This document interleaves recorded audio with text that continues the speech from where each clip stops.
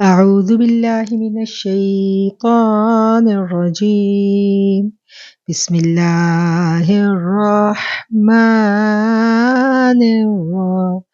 الرحيم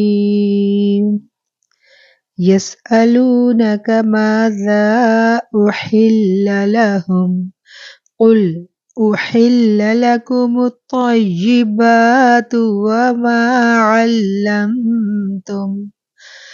وما علمتم من الجوارح مكلبين تعلمونهن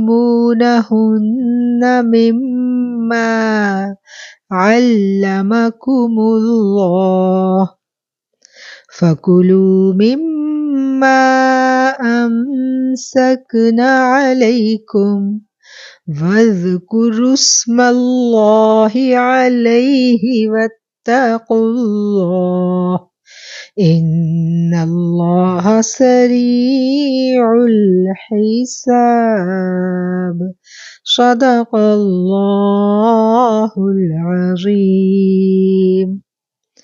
آپ سے دریافت کرتے ہیں کہ ان کے لیے کیا کچھ حلال ہے۔ آپ کہہ دیجئے کہ تمام پاک چیزیں تمہارے لیے حلال کر دی گئی ہیں، اور جن شکار کھیلنے والے جانوروں کو تم نے سدھار رکھا ہے، یعنی جنہیں تم تھوڑا بہت سکھاتے ہو، جن کی تعلیم اللہ تعالیٰ نے تمہیں دے رکھی ہے، پس جس شکار کو وہ تمہارے لیے پکڑ کر روک رکھیں تو تم اس سے کھا لو، اور اس پر اللہ کے نام کا ذکر کر لیا کرو اور اللہ تعالیٰ سے ڈرتے رہو، یقیناً اللہ تعالیٰ جلد حساب لینے والا ہے۔ الصلاۃ والسلام علیک یا سیدی یا رسول اللہ وسلم علیک یا حبیب اللہ۔ الحمدللہ سورہ مائدہ کی چوتھی آیت آپ کے سامنے تلاوت کی گئی اور اس کا ترجمہ ہم نے پڑھا۔ آج کے ہم اپنے درس قرآن کا آغاز اسی آیت سے کریں گے، اس دعا کے ساتھ کہ اے اللہ، ایک مرتبہ ہمارے دلوں کو قرآن کریم کا شغف عطا کر دینے کے بعد دوبارہ کجی اور گمراہی کی جانب مت موڑنا، ہمیں دین اسلام پہ زندہ رکھنا اور ایمان کی بہترین حالت میں واپس بلانا، ہمیں، ہمارے بچوں کو، ہماری نسلوں کو قرآن کا شغف، قرآن کی محبت، قرآن کی ٹھنڈک، قرآن کی چھاؤں عطا فرمانا، آمین ثم آمین۔ یسألونک ماذا احل لہم، وہ سوال کرتے ہیں آپ سے کہ کیا کچھ حلال کیا گیا ہے۔ قل، فرما دیجئے، کہہ دیجئے، احل لکم الطیبات، حلال کی گئی ہیں تمہارے لیے وہ پاکیزہ چیزیں۔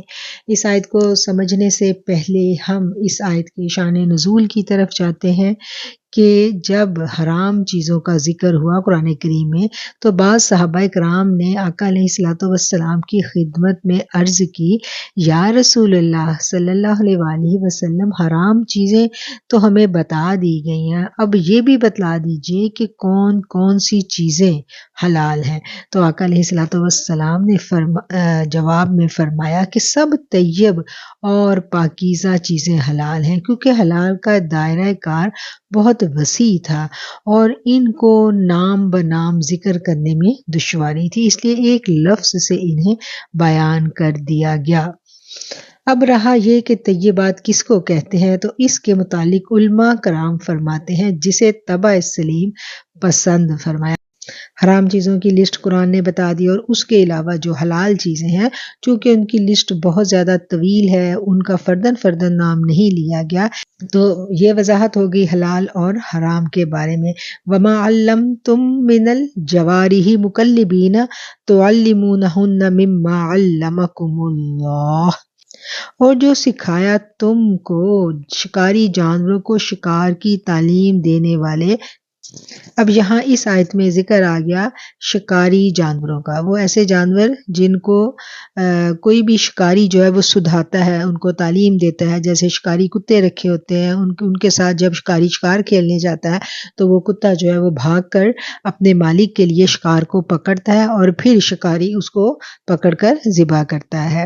تو کیا ہے کہ اس کے بارے میں بھی یہاں پر فرمان آ گیا کہ جن شکار کھیلنے والے جانوروں کو تم نے سدھار رکھا ہے، یعنی جنہیں تم تھوڑا بہت وہ سکھاتے ہو جس کی تعلیم اللہ تعالیٰ نے تمہیں دے رکھی ہے، بس جس جانور کو وہ تمہارے لیے پکڑ کر روک رکھے تو تم اس سے کھا لو اور اس پر اللہ کے نام کا ذکر کر لیا کرو۔ یعنی جب وہ شکاری جانور آپ کے لیے شکار پکڑ لے تو پھر کیا ہے کہ پھر شکاری کے لیے یہ جائز ہے کہ وہ اس کو پکڑ کے اللہ کا نام لے اور اس کو وہ ذبح کرے اور اس کو وہ کھا لے، اور اللہ تعالیٰ سے ڈرتے رہو، یقیناً اللہ تعالیٰ بہت جلد حساب لینے والا ہے۔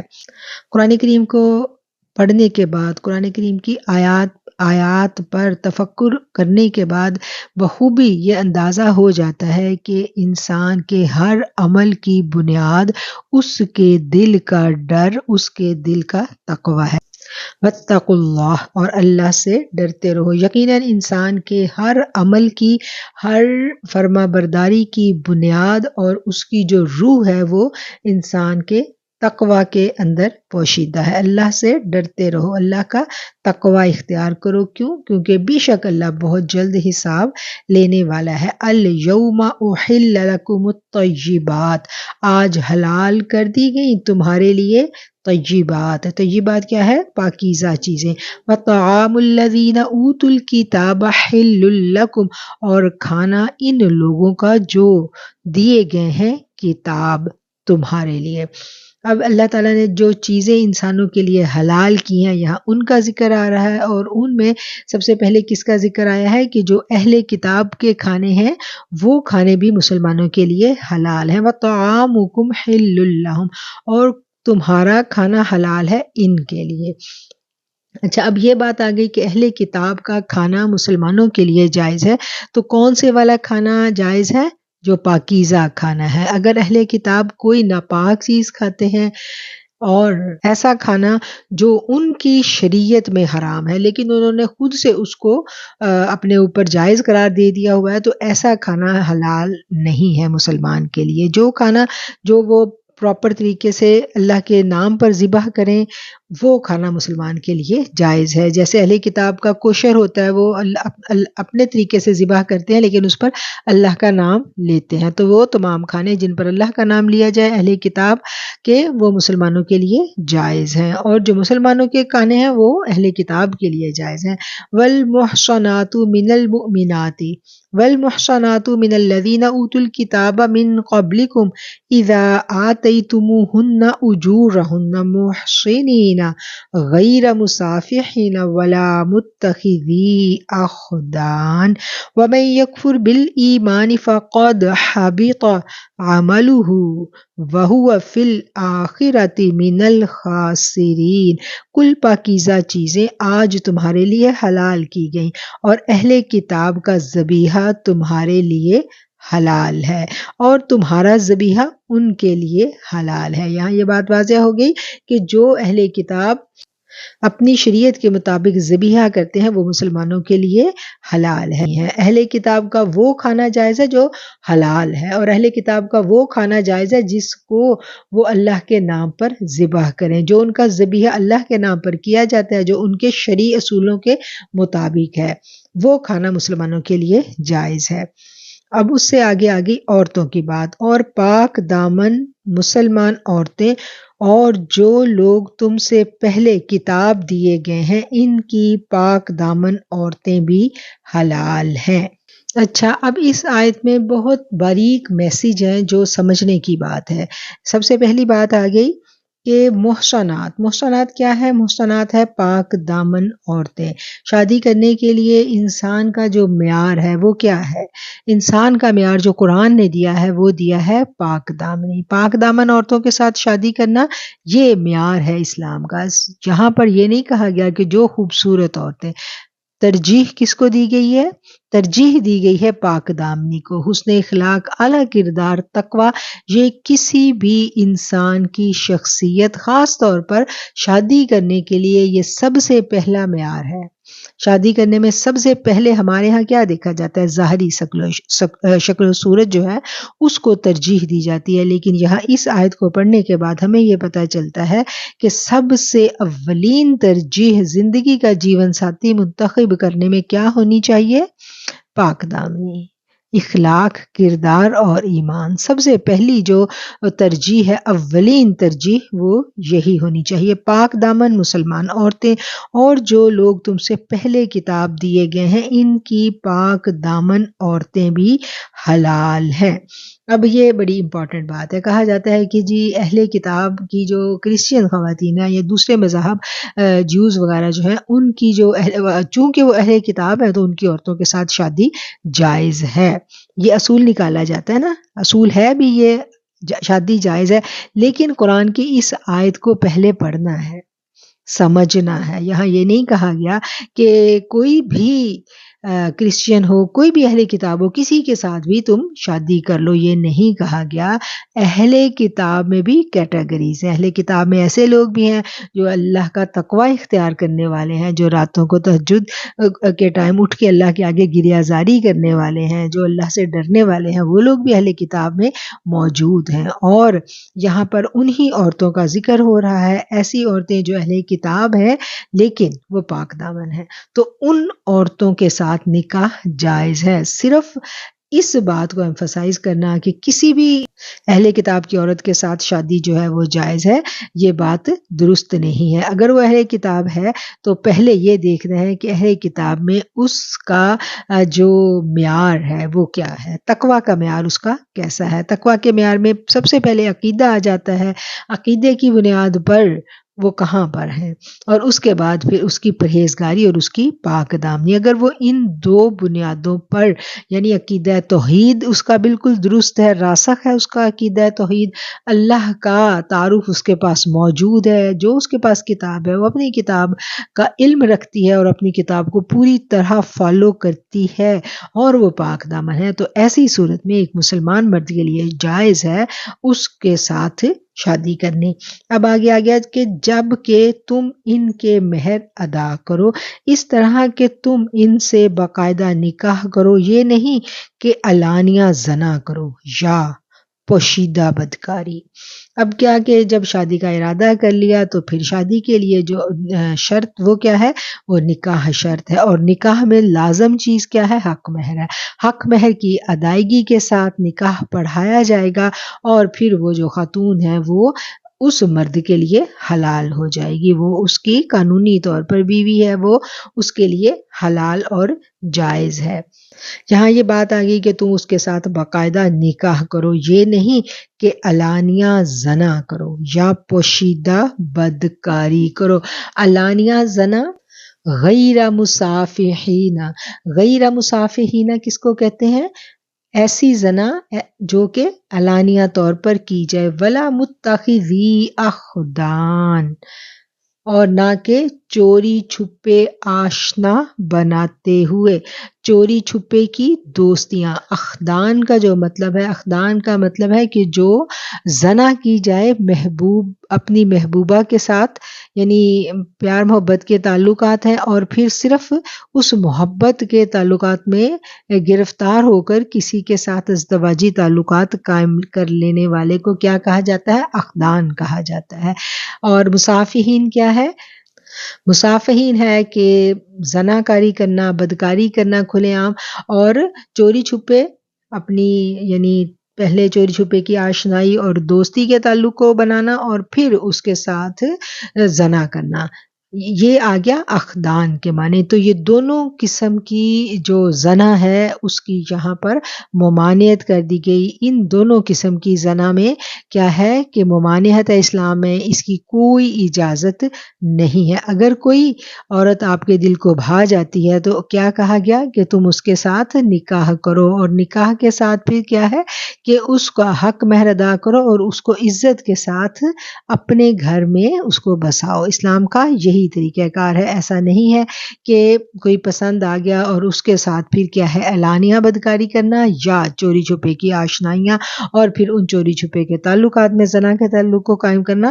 اس کی اسلام قطعاً بھی اجازت نہیں دیتا. وَمَن يَكْفُرْ بِالْإِيمَانِ فَقَدْ حَبِطَ عَمَلُهُ، اور جو کوئی انکار کرتا ہے بالایمانی ایمان کا، فقد حبطا تو بس بے شک ضائع ہو گئے، عملہ اس کے اعمال. اور جو کوئی انکار کرتا ہے بالایمانی ایمان کا، یعنی کہ یہ دونوں صورتیں جو ہیں یہ پاک دامنی کے منافی ہیں. یعنی ہر طرح کا جو ان نیچرل ریلیشن ہے، جو اللہ کے احکامات کے منافی ہے، دونوں طرح کھلا بھی اور چھپا ہوا بھی، یہ دونوں اللہ کے حکم کے منافی ہیں اور اس کی اسلام قطعاً اجازت نہیں دیتا. اور جو کوئی ایسا کرتا ہے پھر کیا ہے، اللہ کہتا ہے کہ اس کے اعمال جو ہیں وہ ضائع ہو گئے. وَهُوَ فِي الْآخِرَةِ مِنَ الْخَاسِرِينَ، اور وہ آخرت میں نقصان اٹھانے والوں میں ہوگا. یعنی دنیا میں اگر وہ کچھ تسکین کچھ مزہ حاصل کر بھی لیتا ہے، لیکن یہ مزہ اور یہ تسکین اس کو کچھ بھی فائدہ نہیں دے گی. آخرت میں اس کی سخت اس کی گرفت بہت زیادہ ہے. جو آخرت میں جس کو گھاٹا جس کو نقصان کہا گیا تو آپ سوچیں کہ وہ کتنا بڑا نقصان ہے، کتنے بڑے خسارے کا سودا ہے جو وہ کر رہا ہے. یا ایھا الذین آمنوا اذا قمتم الی الصلاۃ فاغسلوا وجوہکم، اے ایمان والو، اے لوگو جو ایمان لائے ہو، جب کھڑے ہو تم نماز کے لیے تو دھو لو اپنے چہروں کو، وَأَيْدِيَكُمْ، اور اپنے ہاتھوں کو، إِلَى الْمَرَافِقِ وَامْسَحُوا بِرُؤُوسِكُمْ وَأَرْجُلَكُمْ إِلَى الْكَعْبَيْنِ وَإِن كُنتُمْ جُنُبًا فَاطَّهَّرُوا وَإِن كُنتُم مَّرْضَىٰ أَوْ عَلَىٰ سَفَرٍ أَوْ جَاءَ أَحَدٌ مِّنكُم مِّنَ الْغَائِطِ أَوْ لَامَسْتُمُ النِّسَاءَ فَلَمْ تَجِدُوا مَاءً فَتَيَمَّمُوا صَعِيدًا طَيِّبًا فَامْسَحُوا بِوُجُوهِكُمْ وَأَيْدِيكُمْ مِنْهُ مَا يُرِيدُ اللَّهُ لِيَجْعَلَ عَلَيْكُمْ مِنْ حَرَجٍ وَلَٰكِن يُرِيدُ لِيُطَهِّرَكُمْ وَلِيُتِمَّ نِعْمَتَهُ عَلَيْكُمْ لَعَلَّكُمْ تَشْكُرُونَ. اے ایمان والو، جب تم نماز کے لیے قصد کرو تو اپنے منہ کو اور اپنے ہاتھوں کو کہنیوں سمیت دھو لو اور اپنے سروں کا مسح کر لو اور اپنے پاؤں کو ٹخنوں سمیت دھو لو، اور اگر تم جنابت کی حالت میں ہو تو غسل کر لو. ہاں، اگر تم بیمار ہو یا سفر کی حالت میں ہو یا تم میں سے کوئی حاجت ضروری سے فارغ ہو کر آیا ہو یا تم عورتوں سے ملے ہو اور تمہیں پانی نہ ملے تو تم پاک مٹی سے تیمم کر لو، اسے اپنے چہروں پر اور ہاتھوں پر مل لو.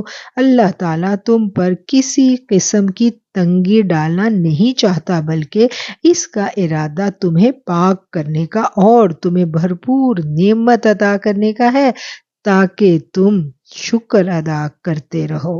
یہ ہے آیت نمبر 6، اور یہ آیت ایک امپورٹنٹ آیت ہے اور زیادہ راہ کی ٹوکری میں رکھنے والی آیت ہے.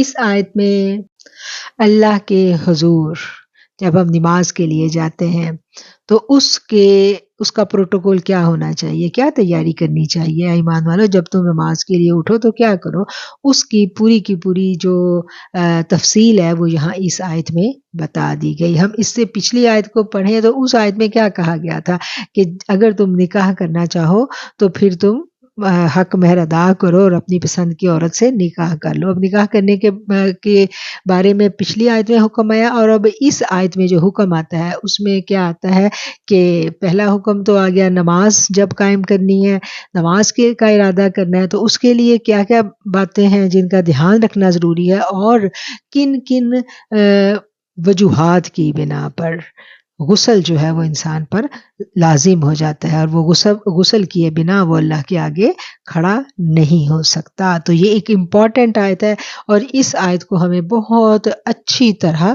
سمجھنے کی ضرورت ہے. اذا قمتم الی الصلاۃ، جب تم قصد کر لو، جب تم ارادہ کر لو نماز کے لیے، فاغسلوا وجوہکم، تو سب سے پہلے کیا کرو، دھو لو اپنے چہرے کو، وایدیکم، اور اپنے بازوؤں کو، الی المرافق، اپنی کوہنیوں تک۔ یہ وضو کا طریقہ جو ہے وہ بیان کیا جا رہا ہے، اور وضو کے جو 4 فرائض ہیں یہاں پر ان کا ذکر ہے، اور جس طرح سے ہم آج وضو کرتے ہیں وہ وضو ہمیں آقا علیہ الصلوۃ والسلام نے کر کے دکھایا۔ یہ وضو کے 4 فرائض جو ہیں جن کا یہاں پر ذکر کیا گیا، اور ان کو پڑھنے کے بعد اگر آپ کو یہ محسوس ہو کہ ہم جو وضو کرتے ہیں وہ اس سے تھوڑا مختلف ہے، تو اس میں پریشان ہونے کی کوئی بات نہیں ہے۔ نبی کریم صلی اللہ علیہ وآلہ وسلم نے صحابہ کرام کو جس طرح خود وضو کر کے دکھلایا اسی طریقے سے صحابہ کرام وضو کرتے رہے، اور آج تک ہم تک وہی طریقہ پہنچا اور وہی ہم میں رائج ہے۔ یہ یہاں پر وضو کے فرائض کا ذکر ہو رہا ہے۔ سب سے پہلے اپنے چہرے کو دھونا ہے، اپنے بازوں کو اپنی کوہنیوں تک دھونا ہے، اور اپنے سر کا مسح کرنا ہے، اور اپنے پاؤں کو ٹخنوں تک دھو لینا ہے کے بارے میں جاننا بہت ضروری ہے۔ وضو کے لیے جب کوئی شخص جو ہے وہ ارادہ کر لیتا ہے وضو کا، تو سب سے پہلے وہ کیا کرتا ہے، سب سے پہلے وہ وضو کی نیت کرتا ہے۔ وضو کی نیت کرنے کے بعد پھر کیا ہے کہ بسم اللہ الرحمن الرحیم پڑھ کے وہ اپنے وضو کا آغاز کرتا ہے۔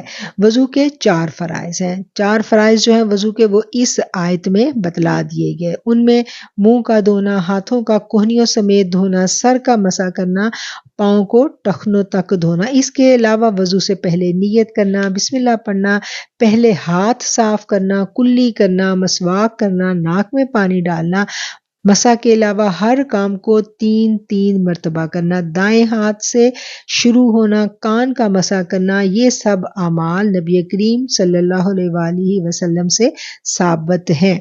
نبی کریم صلی اللہ علیہ وآلہ وسلم کے وضو کی کیفیت اکثر صحابہ کرام سے مروی ہے۔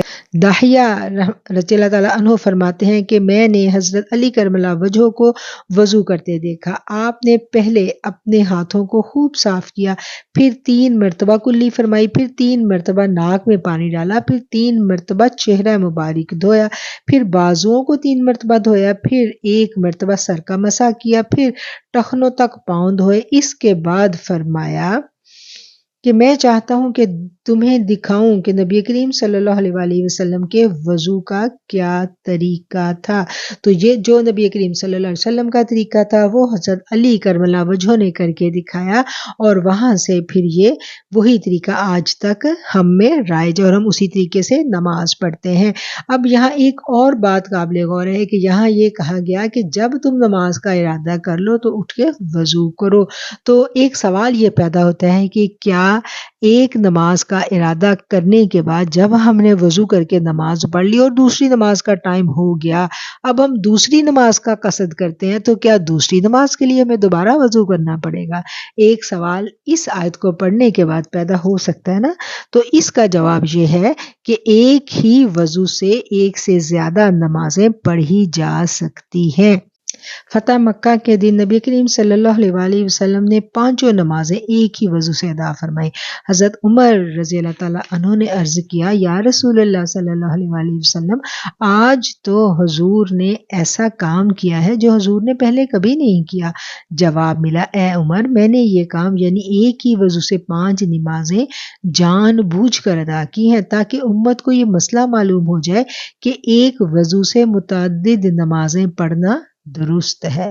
اب کیا ہے کہ ایک ہی وضو سے ایک سے زیادہ نمازیں پڑھی جا سکتی ہیں، اور ہمارے آقا علیہ الصلوۃ والسلام نے فتح مکہ والے دن یہ کر دکھایا کہ فجر کے وضو سے آپ نے عشاء تک پڑھی، یعنی سارا دن آپ باوضو رہے اور اسی وضو سے آپ نمازیں پڑھتے چلے گئے۔ تو یہ بات بھی کلیئر ہو گئی، اور وضو کا طریقہ جو ہے وہ بھی ہم نے سمجھ لیا، اور وضو کے جو 4 فرائض ہیں جن کا یہاں ذکر کیا گیا وہ بھی ہم نے ڈیٹیل کے ساتھ ان کو بھی پڑھا، اور الحمدللہ ہم نے اس بات کو سمجھ بھی لیا۔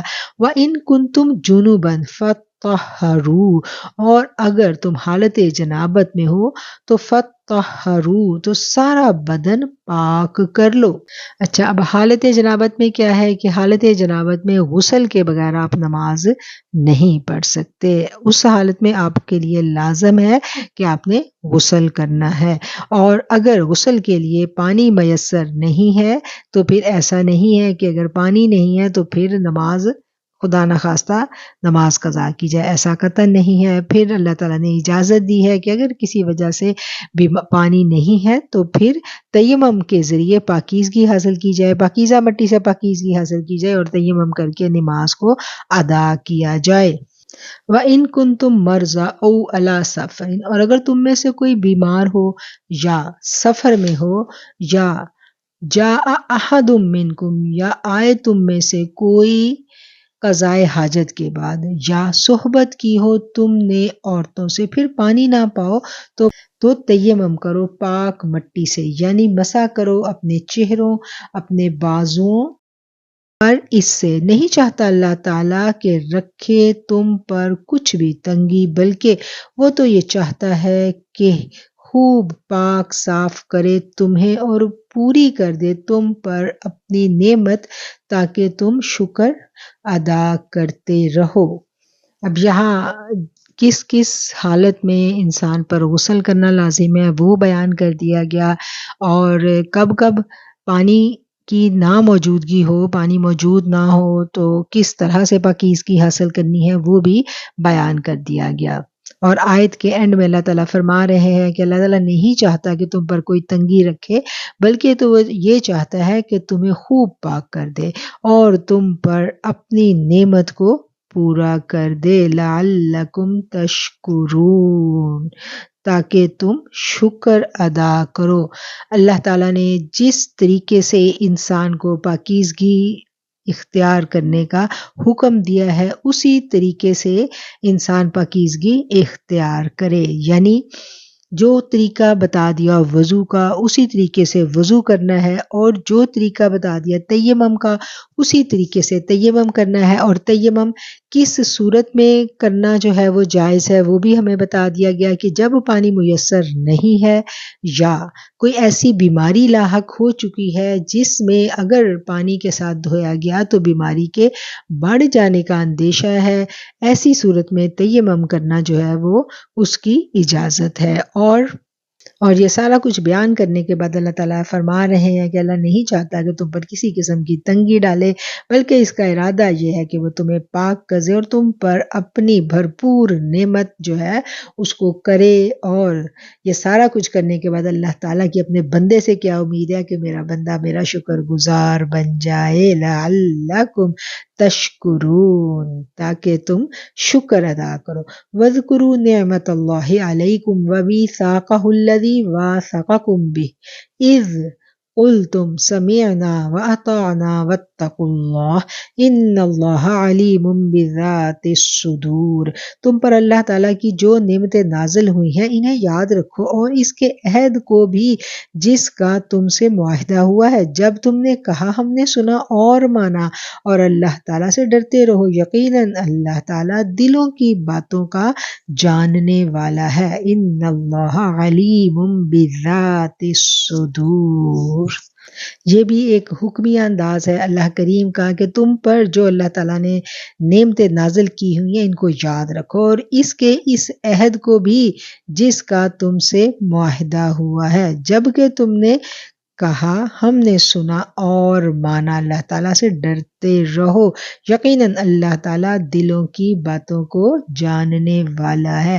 جب اللہ دل کی بات کو جانتا ہے، اور اللہ اعلان یہاں پر فرما رہا ہے کہ میں دلوں کی بات کو جانتا ہوں، تو یہ کس طرف اشارہ ہے؟ یہ اس طرف اشارہ ہے کہ ہمیں ہر حال میں اپنی نیتوں کی حفاظت کرنی ہے، اور جب ہم نیت کی حفاظت کریں گے تو ہمارے دل میں پیدا ہونے والا نفاق جو ہے وہ اپنی موت خود بخود مر جائے گا۔ نفاق ایک ایسی قلبی بیماری ہے جو ہر وقت جو شیطان جو ہے نا وہ اس کے جراثیم ہمارے اندر داخل کرنے کی کوشش کرتا رہتا ہے، اور یہ بیماری کہ کسی صورت بھی اس سے بچنا ممکن نہیں ہے۔ اس سے بچنے کی صرف ایک ہی صورت ہے کہ ہمیں اللہ کے حضوری کی کیفیت نصیب ہو جائے۔ جب ہمیں یہ پتہ ہو کہ ہم نے اللہ کے سامنے حاضر ہونا ہے، اور جب ہم اللہ کے سامنے حاضر ہوتے ہیں تو اللہ ہمارے دلوں کے بھید جانتا ہے، اور ہر مومن جو ہے وہ 5 دفعہ دن میں تو لازمی اپنے رب کے سامنے حاضر ہوتا ہے۔ 5 نمازیں جب پڑھ کے انسان 5 ٹائم اللہ کے آگے کھڑا ہوتا ہے تو وہ علل اعلان اپنی زبان سے یہ لفظ ادا کرتا ہے کہ اللہ سب سے بڑا ہے۔ جب اللہ سب سے بڑا ہے تو پھر کیا ہے کہ پھر دل سے ہر نفاق جو ہے نا وہ اپنی موت آپ مر جاتا ہے۔ نفاق کا شائبہ تک بھی دل میں نہیں رہتا جب ہم اقرار کر لیں کہ ہمارا اللہ سب سے بڑا ہے، اللہ سب سے بڑا ہے۔ اور جب ہم یہ اقرار کر لیں کہ اللہ سب سے بڑا ہے، ہاتھ اٹھا لیں اور اس کے سامنے دستبستہ باندھ کر کھڑے ہو جائیں۔ عقیدہ توحید جو ہے، عقیدہ توحید پر کوئی کمپرومائز نہیں، اللہ تعالیٰ شرک کو معاف نہیں کرتا۔ جب اللہ تعالیٰ اعلانیہ یہ کہتا ہے کہ میں شرک کو معاف نہیں کرتا، اللہ اعلان یہ کہتا ہے کہ جو وعدے تم نے میرے ساتھ کیے ہیں ان وعدوں کو پورا کرو، اور وہ وعدے اس وجہ سے توڑ دیں کہ اللہ کو ہم دھوکہ دے لیں گے تو پھر اس بندے کا پھر کہیں بھی کوئی جائے پناہ وہ نہیں پائے گا، نہ اس دنیا میں اور نہ ہی آخرت میں۔ اس لیے ان آیتوں کو جب ہم سمجھیں تو ہمیں یہ پتہ چلتا ہے کہ اللہ تعالیٰ ہمیں یاد دہانی کروا رہا ہے کہ جو نعمت تم پر کی گئی ہے اور جو عہد تم سے اللہ تعالیٰ نے لیا ہے اس کو کسی صورت بھی اس پر کوئی کمپرومائز جو ہے وہ نہیں کیا جائے گا۔ اور اللہ تعالیٰ یہ یاد دہانی کرواتے ہوئے اسی آیت کے آخر میں کہہ رہا ہے کہ ڈرتے رہو اللہ تعالیٰ سے، یقیناً اللہ تعالیٰ دلوں کی باتوں کو جاننے والا ہے۔ یا ایھا الذین آمنوا کونوا قوامین للہ شہداء بالقسط ولا یجرمنکم شنآن قوم علی الا تعدلوا اعدلوا هو اقرب للتقوی واتقوا اللہ ان اللہ خبیر بما تعملون۔ اے ایمان والو، تم اللہ کی خاطر حق پر قائم ہو جاؤ، راستی اور انصاف کے ساتھ گواہی دینے والے بن جاؤ۔ کسی قوم کی عداوت تمہیں عدل کے خلاف آمادہ نہ کر دے۔ عدل کیا کرو جو پرہیزگاری کے زیادہ قریب ہے، اور اللہ تعالیٰ سے ڈرتے رہو، یقین مانو اللہ تعالیٰ تمہارے اعمال سے باخبر ہے۔ ان اللہ، بے شک اللہ تعالیٰ خبر رکھنے والا ہے، بما تعملون، جو کچھ بھی تم عمل کرتے ہو۔ اس صورت کا آغاز بھی یا ایھا الذین آمنوا سے ہوا تھا، اور جیسا کہ ہم نے جانا کہ اس صورت میں بار بار اللہ تعالیٰ جو ہے وہ مومنوں سے، ایمان والوں سے مخاطب ہوتا ہے، اور مخاطب ہو کر اللہ تعالیٰ کیا کہہ رہا ہے؟ حکم دیتا ہے قوامین، قائم رہنے والے بن جاؤ اللہ کے لیے، شہداء بالقسط، گواہ انصاف پر۔ اب کیا ہے، یہ وہ وقت تھا جب مکہ فتح ہونے والا تھا، اور فتح مکہ ہونے سے پہلے مسلمانوں کی بڑے احسن انداز میں تربیت کی جا رہی ہے کہ اب مسلمانوں کو وہ میسر آنے والا ہے جہاں تک پہنچنے کے لیے مسلمانوں نے بڑی قربانیاں دی تھیں۔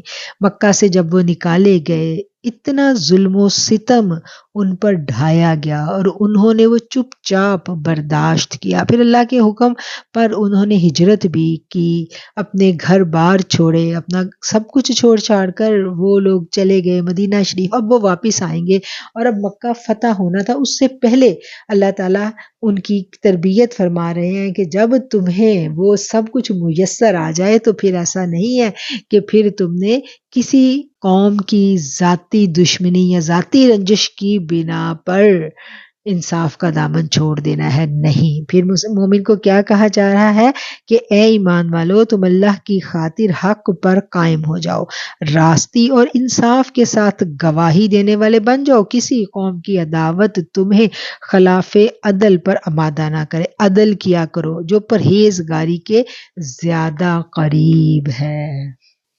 کیونکہ اب قوت اور اقتدار یہ دونوں چیزیں مسلمانوں کے پاس آ رہی تھی، اس لیے انہیں واضح طور پر حکم دیا جا رہا ہے کہ خبردار، کسی قیمت پر بھی انصاف کا دامن تمہارے ہاتھوں سے چھوٹنے نہ پائے، اور حق یہ ہے کہ کوئی قوم اور سلطنت کے تخت کی مستحق اس وقت تک ہی رہتی ہے جب تک وہ صفت عدل سے متصف ہو۔ جس قوم نے ظلم پر کمر باندھ لی وہ آج نہیں تو کل ضرور اس نعمت سے محروم کر دی جائے گی۔ اللہ تعالیٰ اسی بات کا یہاں پر حکم دے رہے ہیں، عدل کیا کرو جو پرہیزگاری کے زیادہ قریب ہے۔ اعدلو، عدل کرو، ہوا اقرب للتقوی، جو زیادہ قریب ہے تقوی کے۔ انصاف کرنا آسان نہیں ہے۔ جب انسان اقتدار پر ہوتا ہے، اوپر بیٹھا ہوتا ہے، اس کے پاس اختیار ہوتا ہے اور اس کو خدا کے سوا اور کسی کا ڈر نہیں ہوتا، وہ جو چاہے فیصلہ کر سکتا ہے، ایسے میں صرف اور صرف اللہ کے لیے انصاف پر قائم رہنا بہت بڑی بات ہوتی ہے۔ اور جو ایسا کرتا ہے پھر کیا ہے کہ پھر وہ اللہ کی قربت کو پا لیتا ہے، اور ہوا اقرب للتقوی، اور یہی تقوی کے زیادہ قریب ہے۔ واتقوا اللہ، اور اللہ کا تقوی اختیار کرو، بے شک اللہ تعالیٰ خبر رکھتا ہے بما تعملون، جو کہ تم عمل کرتے ہو۔ انسان جو بھی عمل کرے اللہ تعالیٰ اس سے بے خبر نہیں ہے۔ وعد اللہ الذین آمنوا وعملوا الصالحات لہم مغفرۃ واجر عظیم، اللہ کا وعدہ ہے جو ایمان لائیں اور نیک عمل کریں، ان کے لیے وسیع مغفرت اور بہت اجر و ثواب ہے۔ یہ اللہ تعالیٰ کا وعدہ ہے کہ ایمان لانا اور ایمان لانے کے بعد پھر نیک عمل کرنا، اور جو ایمان لانے کے بعد نیک عمل کرے گا اس کو اللہ نے کیا نوید دی ہے کہ اللہ نے اس کو خوشخبری دی ہے کہ اب اس کے ساتھ اللہ کا وعدہ ہے، اللہ اس کو بہت اجر عظیم سے نوازے گا۔ والذین کفروا وکذبوا بآیاتنا اولئک اصحاب الجحیم، اور جن لوگوں نے کفر کیا اور ہمارے احکام کو جھٹلایا وہی لوگ دوزخی ہیں۔ اللہ کے ساتھ کفر کرنا اور اللہ کے احکامات کو جھٹلانا، ایسے کرنے والوں کو کیا نوید دی جا رہی ہے یہاں کہ وہ لوگ جہنمی ہیں۔ یا ایھا الذین آمنوا اذکروا، اے لوگو جو ایمان لے کے آئے ہو یاد کرو نعمت اللہ علیکم اذ ہم قوم ان یبسطوا الیکم ایدیہم فکف ایدیہم عنکم واتقوا اللہ وعلی اللہ فلیتوکل المؤمنون۔ اے ایمان والو، اللہ تعالیٰ نے جو احسان تم پر کیا ہے اسے یاد کرو۔ جب کہ ایک قوم نے تم پر دست درازی کرنی چاہی تو اللہ تعالیٰ نے ان کے ہاتھوں کو تم تک پہنچنے سے روک دیا، اور اللہ تعالیٰ سے ڈرتے رہو، اور مومنوں کو اللہ تعالیٰ پر ہی بھروسہ کرنا چاہیے۔ اس آیت کو سمجھنے کے لیے ہم چلیں گے مدینہ منورہ۔ آقا علیہ الصلوۃ والسلام اپنے صحابہ کے ہمراہ یہود بنی نذیر کے پاس تشریف لے گئے اور انہیں فرمایا، ہمارے ایک آدمی نے 2 آدمیوں کو غلط فہمی سے قتل کر دیا ہے، ان کے وارث دیت کا مطالبہ کر رہے ہیں، اس لیے تم لوگ حسب معاہدہ ان کی دیت میں اپنا حصہ دو۔ انہوں نے کہا، آپ بیٹھیں، کچھ کھا پی لیں، پھر آپ کے حکم کی ہم تعمیل کریں گے۔ آقا علیہ الصلوۃ والسلام کو انہوں نے بٹھایا اور اس کے بعد انہوں نے یہ سازش تیار کی کہ دیوار کے اوپر سے ایک بھاری پتھر لڑکا کر آپ علیہ الصلوۃ والسلام کو نعوذ باللہ شہید کر دیا جائے۔ اللہ تعالیٰ نے اپنے محبوب کو ان کے ناپاک ارادے کی اطلاع دے دی۔ آقا علیہ الصلوۃ والسلام فوراً وہاں سے اٹھ کھڑے ہوئے اور تشریف لے گئے۔ رسول اللہ صلی اللہ علیہ وسلم کی سلامتی کا احسان قیامت تک آنے والے سب غلامان مصطفیٰ پر ہے۔ اس لیے یہ آیت صرف صحابہ کے ساتھ مخصوص نہیں بلکہ ہر مسلمان اس کا مخاطب ہے، اور اس نعمت عظمیٰ کا عملی اعتراف مسلمان کا فرض اولین ہے۔ یا ایھا الذین آمنوا اذکروا، اے لوگو جو ایمان لائے ہو یاد کرو اس نعمت کو جو تم پر کی۔ کیا نعمت کی گئی تھی وہ ہم نے پڑھ لیا۔ اس نعمت کی اللہ کریم نے حفاظت کر کے مسلمانوں پر احسان عظیم کیا ہے۔ اے ایمان والو، اللہ نے جو احسان تم پر کیا ہے اس کو یاد کرو کہ ایک قوم نے تم پر دست درازی کرنا چاہی تو اللہ تعالیٰ نے ان کے ہاتھوں کو تم تک پہنچنے سے روک دیا، اور اللہ تعالیٰ سے ڈرتے رہو، اور مومنوں کو اللہ ہی پر بھروسہ کرنا چاہیے۔ وَلَقَدْ أَخَذَ اللَّهُ مِيثَاقَ بَنِي إِسْرَائِيلَ وَبَعَثْنَا مِنْهُمُ اثْنَيْ عَشَرَ نَقِيبًا وَقَالَ اللَّهُ إِنِّي مَعَكُمْ لَئِنْ أَقَمْتُمُ الصَّلَاةَ وَآتَيْتُمُ الزَّكَاةَ وَآمَنْتُمْ بِرُسُلِي وَعَزَّرْتُمُوهُمْ وَأَقْرَضْتُمُ اللَّهَ قَرْضًا حَسَنًا لَأُكَفِّرَنَّ عَنْكُمْ سَيِّئَاتِكُمْ وَلَأُدْخِلَنَّكُمْ جَنَّاتٍ تَجْرِي مِنْ تَحْتِهَا الْأَنْهَارُ فَمَنْ كَفَرَ بَعْدَ ذَلِكَ مِنْكُمْ فَقَدْ ضَلَّ سَوَاءَ السَّبِيلِ۔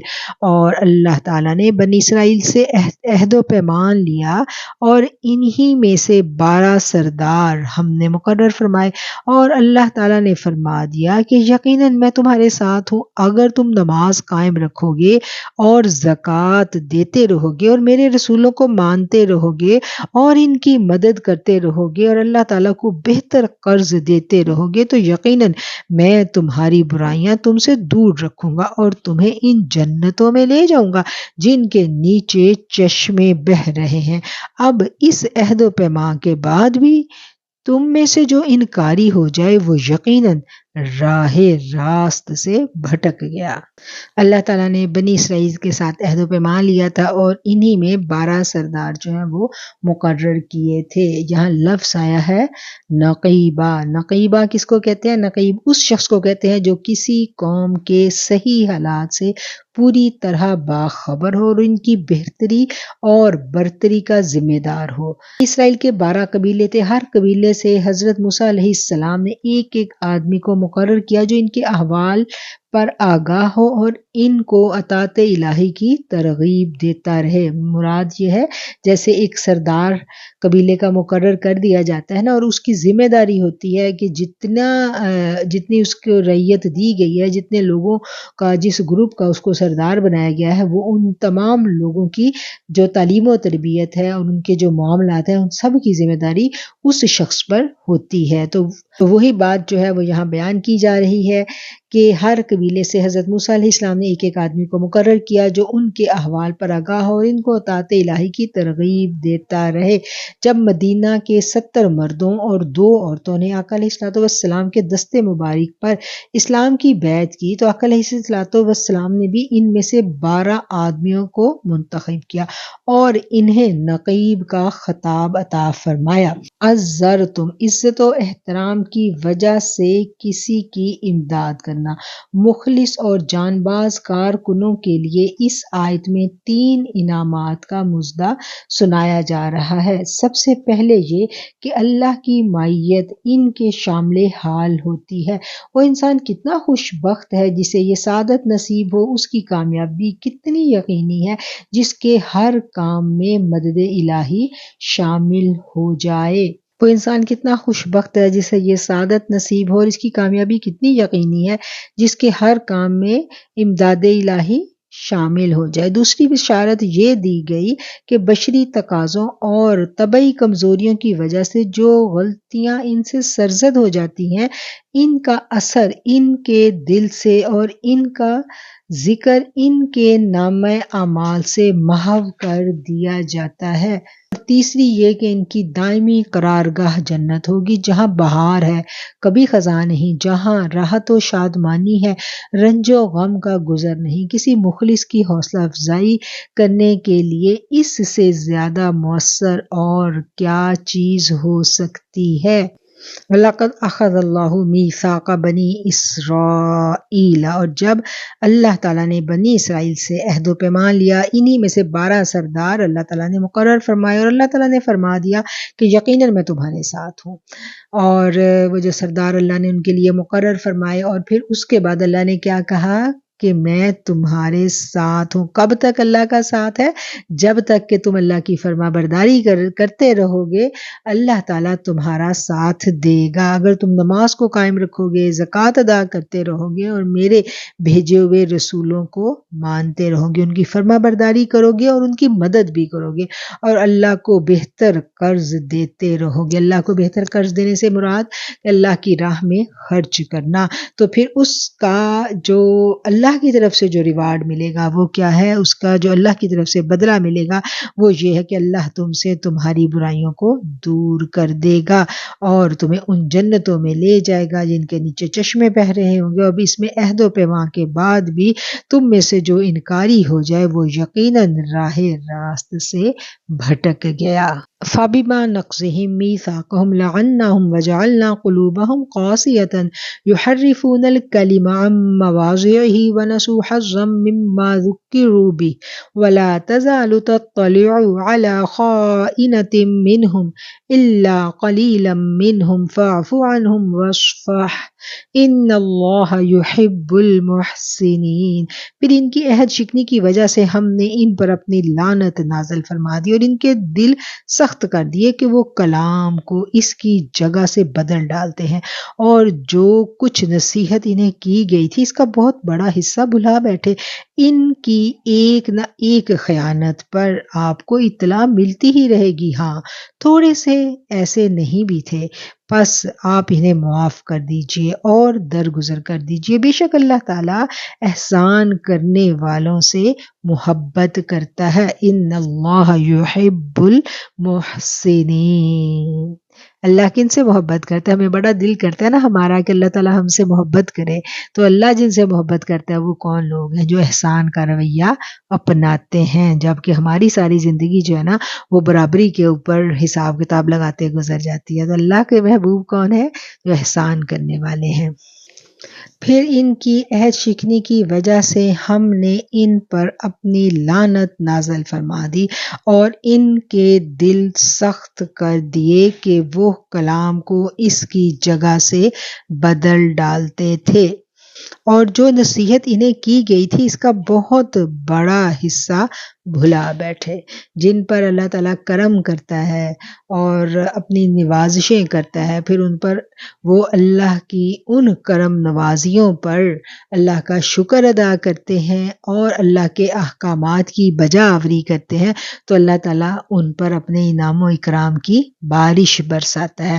اور کیا کہ اللہ تعالیٰ ان پر انعام کرتا ہے، ابھی پچھلی آیت کی تفسیر میں ہم نے پڑھا نا کہ ان کے جو صغیرہ گناہ ہوتے ہیں وہ معاف کر دیے جاتے ہیں، اور اگر ان سے کوئی غلطی سرزد بھی ہو جائے تو اس غلطی کا وبال ان پر نہیں پڑتا، یعنی گناہ کے وبال سے وہ محفوظ رہتے ہیں۔ گناہ کا وبال کیا ہے اور گناہ کے وبال سے محفوظ رہنا کیا ہے، اس کو بھی ہم نے اچھی طرح سے سمجھنا ہے۔ گناہ سرزد ہو جانا اور پھر فوراً اس سرزد ہونے کے بعد دل میں بے قراری اور بے چینی کا پیدا ہو جانا اور انسان توبہ کر لینا، یہ کیا ہے؟ یہ کنڈیشن جو ہے یہ آپ کو اللہ کی قربتوں میں مزید آگے لے جاتی ہے۔ گناہ ہوا، فوراً احساس ہو گیا، فوراً توبہ کر لی، اور کیا ہے کہ انسان گناہ کے شر سے بچا لیا گیا۔ بلکہ ایسے لوگوں کے بارے میں اللہ کہتا ہے کہ میں ان کی برائیوں کو بھی نیکیوں میں بدل دیتا ہوں۔ اور دوسری کیٹیگری کون سی ہے؟ کہ اس سے گناہ ہوتا ہے اور گناہ کے بعد ان کا دل سخت ہو جاتا ہے، وہ گناہ کرنے کے بعد نہ تو ان کو کوئی ریگریٹ ہوتا ہے، نہ ہی وہ اللہ سے توبہ کرتے ہیں، بلکہ اپنے گناہ پر فخر کرتے ہیں اور اڑے رہتے ہیں۔ ایسے لوگوں کے بارے میں کیا ہے کہ ایسے لوگ کون سے ہیں؟ یہ وہ لوگ ہیں جو وعدہ کرتے ہیں پھر توڑ دیتے ہیں، اور وعدہ کر کے توڑ دینا، اللہ کے ساتھ وعدہ کرنا اور اللہ کے ساتھ وعدہ کرنے کے بعد اس کو توڑ دینا، اس کی سزا اللہ نے کیا بتائی ہے کہ اللہ تعالیٰ کہتے ہیں کہ ایسے لوگوں پر ہم نے لعنت نازل کر دی اور ان کے دل سخت کر دیے۔ دل کی سختی جو ہے نا یہ بڑی خوفناک چیز ہے، جس سے اللہ بے حد ناراض ہوتا ہے نا، جس سے اللہ ناراض ہوتا ہے اس سے توبہ کی توفیق چھین لی جاتی ہے۔ یہ توبہ کو اللہ کی گود بھی کہا جاتا ہے نا، کہ کوئی شخص جب بڑے سے بڑا گناہ بھی اس سے سرزد ہو جائے، وہ فوراً نادم ہو، فوراً توبہ کرے، اللہ کے آگے گڑ گڑائے، تو یقیناً اللہ معاف کرنے والا ہے۔ قرآن میں بار بار اللہ کہتا ہے کہ بے شک اللہ غفور الرحیم ہے، تواب الرحیم ہے، اللہ ستار العیوب ہے، تمہارے عیبوں کو بھی ڈھک لے گا، تمہیں معاف بھی کر دے گا۔ لیکن کیا ہے کہ جو کوئی اللہ کے ساتھ وعدہ کرے اور پھر اس وعدے کی پاسداری نہ کرے، اللہ کے ساتھ کیے گئے وعدے کو توڑے اور پھر اس پر نادم بھی نہ ہو، اس کی پھر کیا سزا ہے؟ تو ایسے لوگوں پر پھر اللہ ناراض ہو جاتا ہے، اللہ کی لعنت ہے ایسے لوگوں پر۔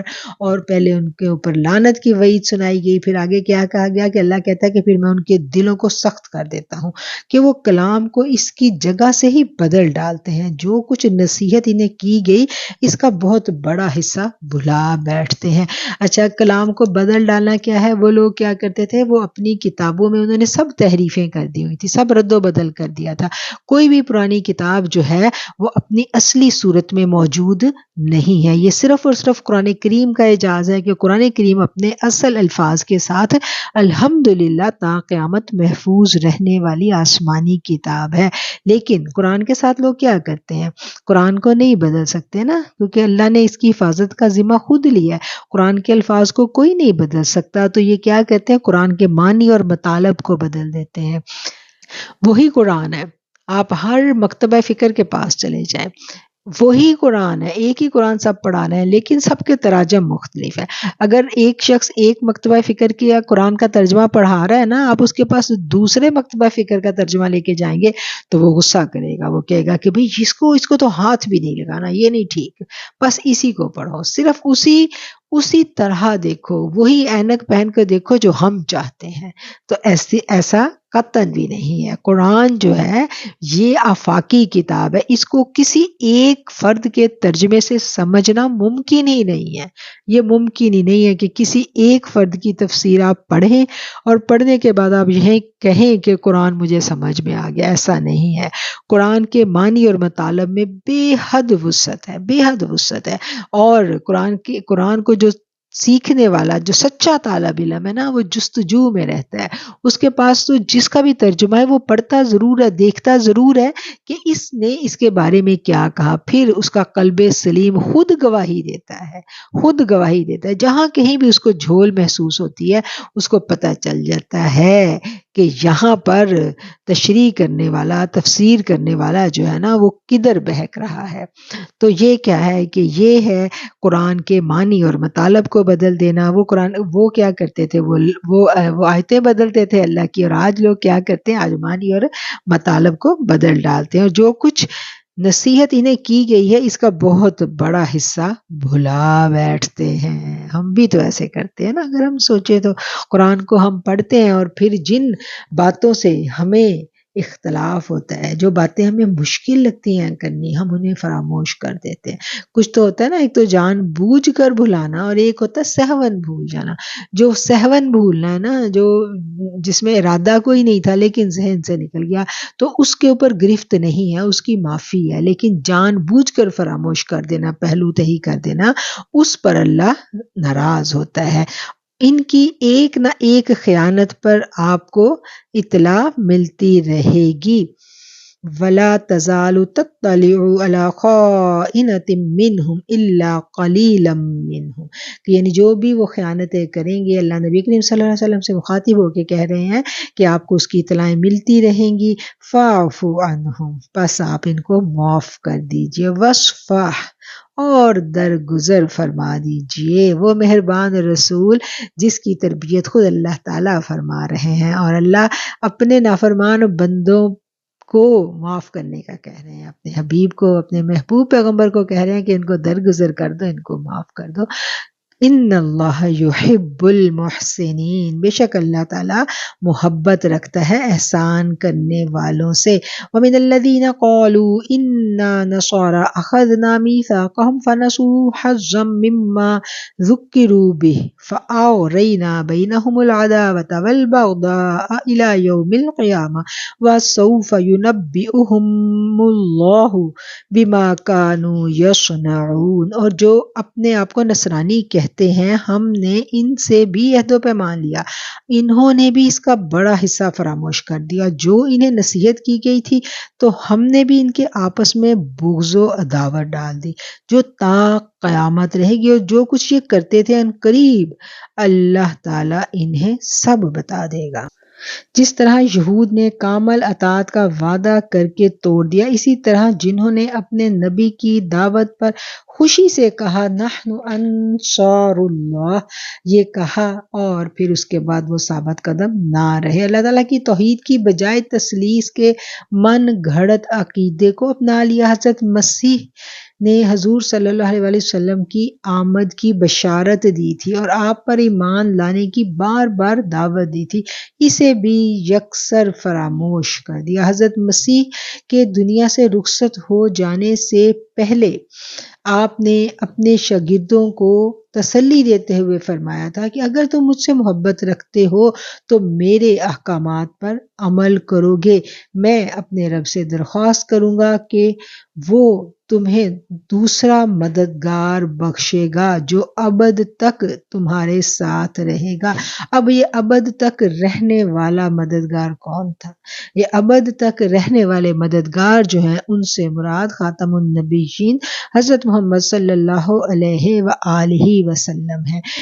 اس کے علاوہ انہی کی کتابوں میں لکھا تھا کہ میں تم سے سچ کہتا ہوں کہ میرا جانا تمہارے لیے فائدہ مند ہے، کیونکہ اگر میں نہ جاؤں گا تو وہ مددگار یا شفیع تمہارے پاس نہیں آ سکیں گے، لیکن اگر میں جاؤں گا تو اسے تمہارے پاس بھیج دیا جائے گا، لیکن جب یعنی وہ سچائی کا روح آئے گا تو تم کو تمام سچائی کی راہ دکھلائے گا، اس لیے کہ وہ اپنی طرف سے کچھ بھی نہ کہے گا لیکن جو کچھ سنے گا وہی کہے گا اور تمہیں آئندہ کی خبریں دے گا۔ انجیل کی یہ آیت تو اس آیت کا بالکل ترجمہ معلوم ہوتی ہے جو قرآن کہتا ہے وَمَا يَنطِقُ عَنِ الْهَوَىٰ إِنْ هُوَ إِلَّا وَحْيٌ يُوحَىٰ، اور وہ اپنی خواہش نفس سے کوئی بات نہیں کرتے، وہ تو وہی کہتے ہیں جو ان کی جانب وحی کی جاتی ہے۔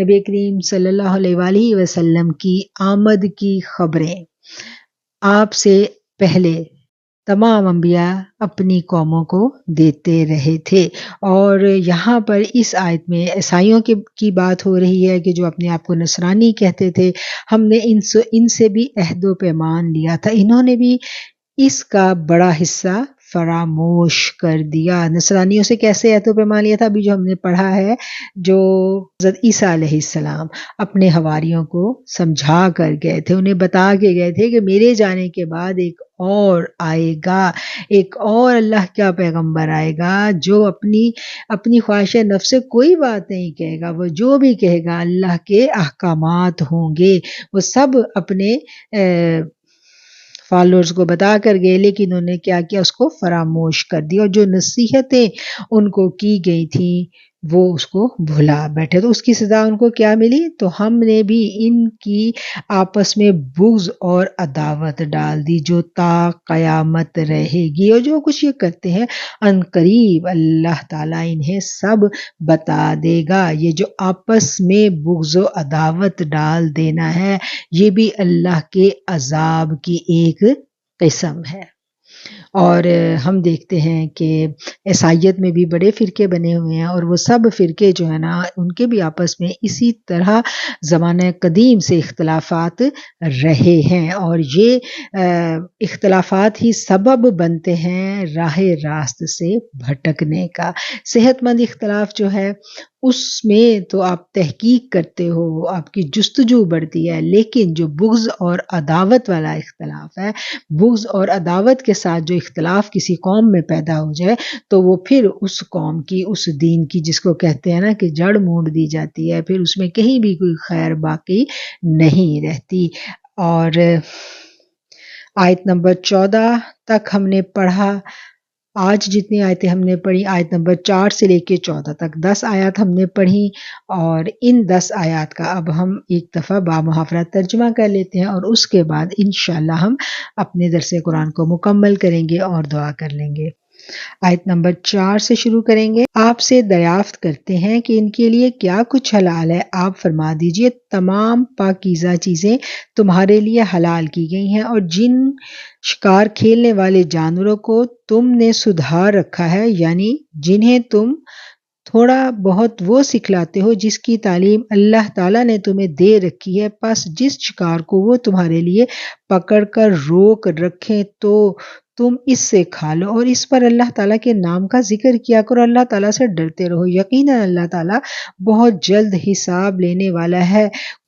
کل پاکیزہ چیزیں آج تمہارے لیے حلال کی گئیں، اور اہل کتاب کا ذبیحہ تمہارے لیے حلال ہے، اور تمہارا ذبیحہ ان کے لیے حلال ہے، اور پاک دامن مسلمان عورتیں جو لوگ تم سے پہلے کتاب دیے گئے ہیں ان کی پاک دامن عورتیں بھی حلال ہیں، جب کہ تم ان کے مہر ادا کرو، اس طرح تم ان سے باقاعدہ نکاح کرو، یہ نہیں کہ اعلانیہ زنا کرو یا پوشیدہ بدکاری کرو۔ منکرین ایمان کے اعمال ضائع اور عقارت ہیں، اور آخرت میں وہ ہارنے والوں میں سے ہیں۔ اے ایمان والو، جب تم نماز کے لیے اٹھو تو اپنے منہ، اپنے ہاتھوں کو کوہنیوں سمیت دھو لو، اپنے سروں کا مسح کرو اور اپنے پاؤں کے ٹخنوں سمیت دھو لو، اور اگر تم جنابت کی حالت میں ہو تو غسل کر لو۔ ہاں، اگر تم بیمار ہو یا سفر کی حالت میں ہو، یا تم میں سے کوئی حاجت ضروری سے فارغ ہو کر آیا ہو، یا تم عورتوں سے ملے ہو اور تمہیں پانی نہ ملے، تو تم پاکیزہ مٹی سے تیمم کر لو، اسے اپنے چہروں پر اور ہاتھوں پر مل لو۔ اللہ تعالیٰ تم پر کسی قسم کی تنگی نہیں ڈالنا چاہتا، بلکہ اس کا ارادہ تمہیں پاک کرنے کا ہے اور تمہیں اپنی بھرپور نعمت دینے کا ہے، تاکہ تم شکر ادا کرتے رہو۔ تم پر اللہ کی جو نعمتیں نازل ہوئی ہیں انہیں یاد رکھو، اور اس عہد کو بھی جس کا تم سے معاہدہ ہوا ہے، جب کہ تم نے کہا ہم نے سنا اور مانا، اور اللہ تعالیٰ سے ڈرتے رہو، یقیناً اللہ تعالیٰ دلوں کی باتوں کا جاننے والا ہے۔ اے ایمان والو، تم اللہ کی خاطر حق پر قائم ہو جاؤ، راستی اور انصاف کے ساتھ گواہی دینے والے بن جاؤ، کسی قوم کی عداوت تمہیں خلاف عدل پر آمادہ نہ کر دے، عدل کیا کرو جو پرہیزگاری کے قریب تر ہے۔ اللہ تعالیٰ سے ڈرتے رہو، یقین مانو کہ اللہ تمہارے اعمال سے باخبر ہے۔ اللہ کا وعدہ ہے جو ایمان لائیں اور نیک عمل کریں ان کے لیے وسیع مغفرت اور بہت بڑا اجر و ثواب ہے، اور جن لوگوں نے کفر کیا اور ہمارے احکام کو جھٹلایا وہ دوزخی ہیں۔ اے ایمان والو، اللہ تعالیٰ نے جو احسان تم پر کیا ہے اسے یاد کرو، جب کہ قوم نے تم پر دست درازی کرنی چاہی تو اللہ تعالیٰ نے ان کے ہاتھوں کو تم تک پہنچنے سے روک دیا، اور اللہ سے ڈرتے رہو۔ مومنوں کو اللہ تعالیٰ ہی پر بھروسہ کرنا چاہیے، اور اللہ تعالیٰ نے بنی اسرائیل سے عہد و پیمان لیا، اور انہی میں سے 12 سردار ہم نے مقرر فرمائے، اور اللہ تعالیٰ نے فرما دیا کہ یقیناً میں تمہارے ساتھ ہوں، اگر تم نماز قائم رکھو گے اور زکوٰۃ ادا کرتے رہو گے اور میرے رسولوں کو مانتے رہو گے اور ان کی مدد کرتے رہو گے اور اللہ تعالیٰ کو بہتر قرض دیتے رہو گے، تو یقیناً میں تمہاری برائیاں تم سے دور رکھوں گا اور تمہیں ان جنتوں میں لے جاؤں گا جن کے نیچے چشمے بہہ رہے ہیں۔ اب اس عہد و پیمان کے بعد بھی تم میں سے جو انکاری ہو جائے وہ یقیناً راہ راست سے بھٹک گیا، پھر ان کی عہد شکنی کی وجہ سے ہم نے ان پر اپنی لعنت نازل فرما دی اور ان کے دل سخت کر دیے کہ وہ کلام کو اس کی جگہ سے بدل ڈالتے ہیں، اور جو کچھ خیانت انہی کی گئی تھی اس کا بہت بڑا حصہ بھلا بیٹھے۔ ان کی ایک نہ ایک خیانت پر آپ کو اطلاع ملتی رہے گی، ہاں تھوڑے سے ایسے نہیں بھی ہیں، بس آپ انہیں معاف کر دیجئے اور درگزر کرتے رہیے، بے شک اللہ تعالیٰ احسان کرنے والوں سے محبت رکھتا ہے۔ اور جو اپنے آپ کو نصرانی کہتے ہیں ہم نے ان سے بھی عہد و پیمان لیا، انہوں نے بھی اس کا بڑا حصہ فراموش کر دیا جو انہیں نصیحت کی گئی تھی، تو ہم نے بھی ان کی آپس میں بغض اور عداوت ڈال دی جو تا قیامت رہے گی اور جو کچھ یہ کرتے تھے ان قریب اللہ تعالیٰ انہیں بتا دے گا۔ صدق اللہ العظیم وصدق رسولہ النبی الکریم ونحن علی ذلک من الشاہدین۔